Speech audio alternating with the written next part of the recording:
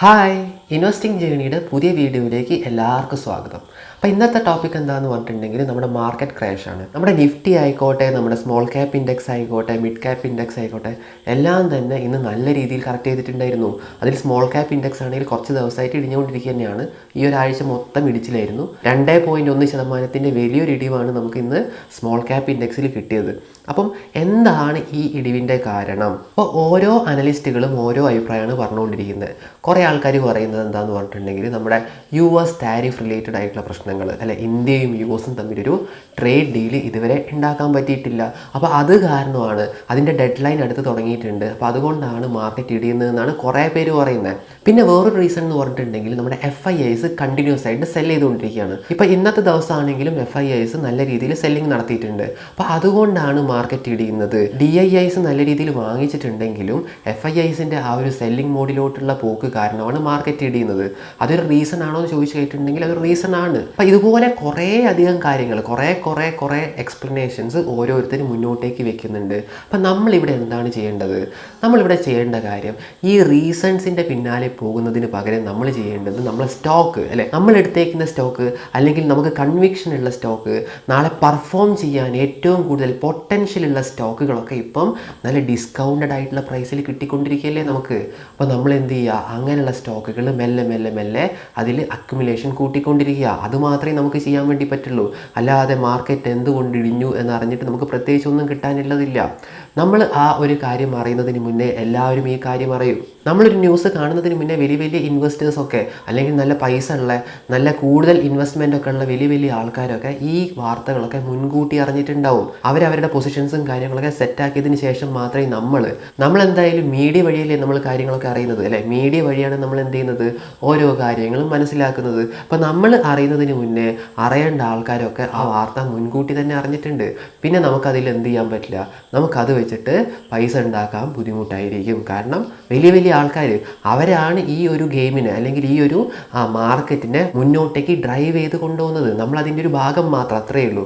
കാരണം അവരുടെ ആ ഒരു ഫണ്ട് എന്ന് പറയുന്നത് വളരെ വലിയ എമൗണ്ടാണ്, ഹ്യൂജ് ക്യാപിറ്റലാണ് അവർ ഇൻവെസ്റ്റ് ചെയ്യുന്നത്. അപ്പം അവർക്ക് എന്തായാലും ഒന്നുണ്ടാവും, ഒരു അപ്പർ ഹാൻഡ് ഉണ്ടാവും, അല്ലെ? നമ്മൾ റീറ്റെയിൽ ഇൻവെസ്റ്റേഴ്സ് കുറേ പേരുണ്ടെങ്കിലും നമ്മൾ അങ്ങനെ ചെതറിക്കിടക്കുന്ന ആൾക്കാരാണ്. നമ്മുടെ ഇടയിൽ എന്തില്ല, ഒരു യൂണിറ്റി എന്ന് പറയുന്ന സംഭവമില്ല. പക്ഷേ അവരുടെ ഇടയിൽ അങ്ങനെയില്ല, അവരുടെ ഇടയിൽ നല്ല രീതിയിൽ യൂണിറ്റി ഉണ്ട്. അപ്പോൾ ഇവിടെ നമുക്ക് ചെയ്യാൻ പറ്റുന്ന കാര്യം, നമുക്ക് അത്രയും കോൺഫിഡൻസ് ഉള്ള സ്റ്റോക്കുകൾ നല്ല രീതിയിൽ ഹോൾഡ് ചെയ്യുക, അല്ലേ? അത് എത്രത്തോളം ഡൗൺ പോയി കഴിഞ്ഞാലും നമ്മൾ പേടിക്കേണ്ട കാര്യമില്ല.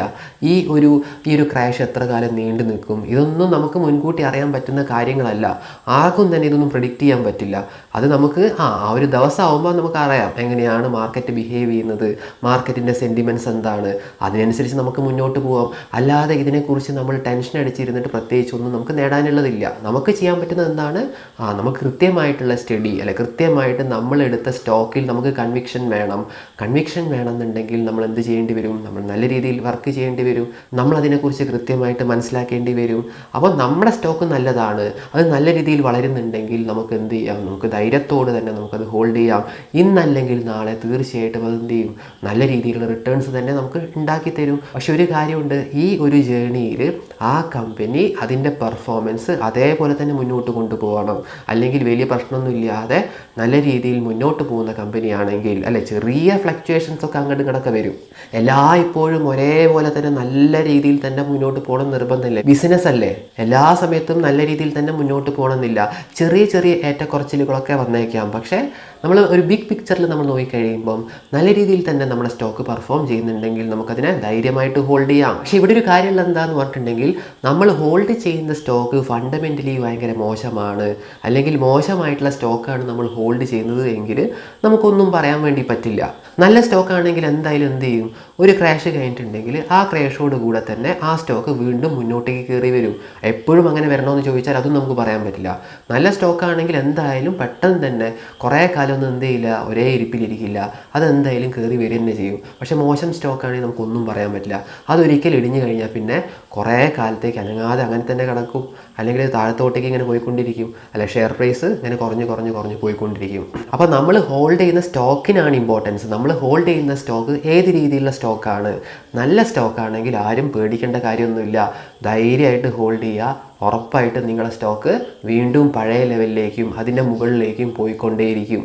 പിന്നെ സ്റ്റോക്ക് മാർക്കറ്റിൽ എന്ന് പറയുന്നത് അങ്ങനെ തന്നെയാണ് അല്ലേ, ഇടയ്ക്കിടയ്ക്ക് ഇങ്ങനെ ഓരോരോ പ്രശ്നങ്ങൾ വന്നുകൊണ്ടേയിരിക്കും. ഒരു പ്രശ്നവും ഇല്ലാതെ ഇങ്ങനെ മുകളിലോട്ടേക്കേ പോവുക പറയുന്നത് വളരെ റെയറായിട്ട് മാത്രമേ ഉണ്ടാവുള്ളൂ.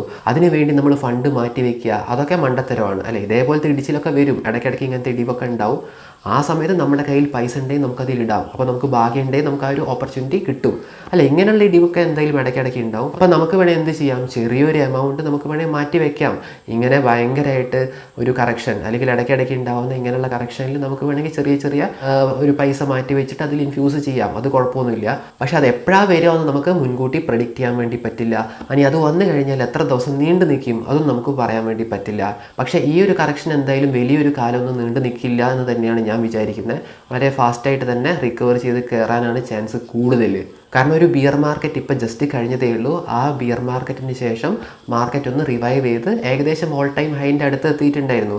ഇപ്പോൾ തന്നെ ഓൾ ടൈം ഹൈ കട്ട് ചെയ്തിട്ട് മുകളിലോട്ട് പോയി കഴിഞ്ഞിട്ടുണ്ടെങ്കിൽ അതൊരു സുഖം ഉണ്ടാവില്ല. അല്ലെങ്കിൽ നമ്മൾ ഉദ്ദേശിക്കുന്ന ഒരു റിട്ടേൺസ് ജനറേറ്റ് ചെയ്യാൻ അത് ബുദ്ധിമുട്ടായിരിക്കും. ഇപ്പോൾ തന്നെ ഓൾ ടൈം ഹൈ ബ്രേക്ക് ചെയ്തിട്ട് വീണ്ടും മുകളിലോട്ട് പോയി തുടങ്ങി കഴിഞ്ഞിട്ടുണ്ടെങ്കിൽ, ഇങ്ങനെ മെല്ലെ പോയി കഴിഞ്ഞിട്ടുണ്ടെങ്കിൽ തന്നെ നമ്മൾ ഉദ്ദേശിക്കുന്ന വലിയൊരു റിട്ടേൺസിലേക്ക് മാർക്കറ്റ് പോവുള്ളൂ. അപ്പം ശരിക്കും ഈ കറക്ഷൻ നല്ലൊരു കാര്യമാണ്. ഈ സമയത്ത് ഒരു കറക്ഷൻ വന്നത്, കറക്ഷൻ വന്നാൽ മാത്രമേ നമ്മളെപ്പോലുള്ള റീറ്റെയിലേഴ്സ് അല്ലെ കുറേ പേര് പാനിക്കായിട്ട് അവരുടെ സ്റ്റോക്കൊക്കെ വിൽക്കുള്ളൂ. അങ്ങനെ സ്റ്റോക്ക് വിറ്റ് കഴിയുമ്പോൾ മാത്രമേ വലിയ ഇൻവെസ്റ്റേഴ്സിന് അത് അക്യുമുലേറ്റ് ചെയ്യാൻ വേണ്ടി പറ്റുള്ളൂ. അപ്പോൾ അവർ ഉദ്ദേശിക്കുന്ന ഒരു എമൗണ്ട് ഓഫ് സ്റ്റോക്സ് അവർക്ക് കിട്ടിക്കഴിഞ്ഞിട്ടുണ്ടെങ്കിൽ, അവർക്ക് എത്രയാണോ വേണ്ടത് അതിനടുത്തുള്ള സ്റ്റോക്ക് അവർക്ക് കിട്ടിക്കഴിഞ്ഞിട്ടുണ്ടെങ്കിൽ, അവരുടെ പൊസിഷൻസ് ഒക്കെ അവർക്ക് കറക്റ്റായിട്ട് ബിൽഡ് ചെയ്യാൻ പറ്റിക്കഴിഞ്ഞിട്ടുണ്ടെങ്കിൽ ആ മാർക്കറ്റ് വീണ്ടും മുകളിലോട്ട് തന്നെ പോകും. അല്ലാതെ ഈ ഒരു ലെവൽ തന്നെ ഒരിക്കലും മാർക്കറ്റ് നിൽക്കില്ല. മാർക്കറ്റ് എപ്പോഴും ഒരു കറക്ഷന് ശേഷം വീണ്ടും മുകളിലോട്ട് തന്നെയാണ് പോവുക.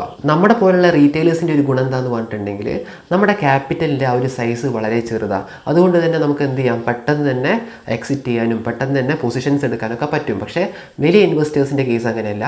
അവർക്ക് ഇതേപോലുള്ള ആ ഒരു കറക്ഷൻ്റെ മൂഡിലൊക്കെയാണ് കൂടുതലും സ്റ്റോക്സ് അക്യുമുലേറ്റ് ചെയ്യാൻ വേണ്ടി പറ്റുന്നത്, വാങ്ങിക്കൂട്ടാൻ വേണ്ടി പറ്റുന്നത്. അതുപോലെ തന്നെ അവർക്ക് സ്റ്റോക്ക് വിൽക്കണം എന്നുണ്ടെങ്കിൽ ഷെയർ പ്രൈസ് ഭയങ്കരമായിട്ട് മുകളിലോട്ട് പോകണം, അപ്പോഴേ അവർക്ക് ആൾക്കാരെ കിട്ടുള്ളൂ. നമ്മളെപ്പോലുള്ള റീറ്റെയിലേഴ്സിൻ്റെ കയ്യിലോട്ടാണ് അവർ എന്ത് ചെയ്യുക, അവർ വിൽക്കുന്ന സമയത്ത് അവരുടെ ഷെയർസൊക്കെ ഓഫ്ലോഡ് ചെയ്യുക. എപ്പോഴും അങ്ങനെയാണെന്നല്ല, എന്നാലും ഭൂരിഭാഗം കേസിലും നമ്മളെപ്പോലുള്ള ആൾക്കാരാണ് എന്ത് ചെയ്യുന്നത്, കൂടുതൽ പഠനമൊന്നും നടത്താതെ വെറുതെ പോയി ഷെയർ വാങ്ങിക്കൂട്ടുന്നത്. പക്ഷേ അവരങ്ങനെയല്ലല്ലോ. വലിയ ഇൻവെസ്റ്റേഴ്സ് നല്ല രീതിയിൽ പഠനം നടത്തിയിട്ടേ അവരാ ഒരു ഹ്യൂജ് ക്യാപിറ്റൽ അവർ ഇൻവെസ്റ്റ് ചെയ്യുള്ളൂ. അപ്പോൾ അത്രയൊക്കെയാണ് ഇന്നത്തെ വീഡിയോയിൽ എനിക്ക് നിങ്ങളോട് പറയാനുള്ളത്. അപ്പം ആരും ടെൻഷനൊന്നും അടിക്കേണ്ട കാര്യമില്ല, ധൈര്യമായിട്ട് തന്നെ മുന്നോട്ട് പോവുക. ഇപ്പം പെർഫോം ചെയ്തുകൊണ്ടിരിക്കുന്ന സെക്ടേഴ്സിലോട്ട് തന്നെ നമ്മൾ എന്ത് ചെയ്യുക, നമ്മുടെ അലോക്കേഷൻ കൊണ്ടുവരാൻ വേണ്ടി ശ്രമിക്കുക. അല്ലാതെ കഴിഞ്ഞ മാർക്കറ്റ് സൈക്കിളിൽ കുറേയധികം PSU സ്റ്റോക്സ് ഒക്കെ നല്ല രീതിയിൽ റിട്ടേൺസ് ഒക്കെ ജനറേറ്റ് ചെയ്ത് തന്നിട്ടുണ്ടായിരുന്നു. അതിൽ നിങ്ങൾ ഇനിയും പൈസ കൊണ്ടിട്ടിട്ട് നിങ്ങൾക്ക് വെറുതെ നഷ്ടമുണ്ടാക്കി വെക്കണ്ട എന്നാണ് എനിക്ക് പറയാനുള്ളത്. ഇതൊന്നും എന്തല്ല, ഒരു ബൈ ഓർ സെൽ റെക്കമെൻഡേഷൻ അല്ല, ജസ്റ്റ് എഡ്യൂക്കേഷണൽ പർപ്പസിന് വേണ്ടി മാത്രം ചെയ്യുന്ന വീഡിയോ ആണ്. അപ്പോൾ ഇന്നത്തെ വീഡിയോ നിങ്ങൾക്ക് എല്ലാവർക്കും ഇഷ്ടമായിട്ടുണ്ടെങ്കിൽ തീർച്ചയായിട്ടും ലൈക്ക് ചെയ്യുക. അതേപോലെ തന്നെ എന്തെങ്കിലും ഡൗട്ട് ഉണ്ടെങ്കിൽ കമൻറ്റ് ചെയ്യുക. അടുത്ത വീഡിയോ ആയിട്ട് നമുക്ക് വീണ്ടും കാണാം. ബൈ.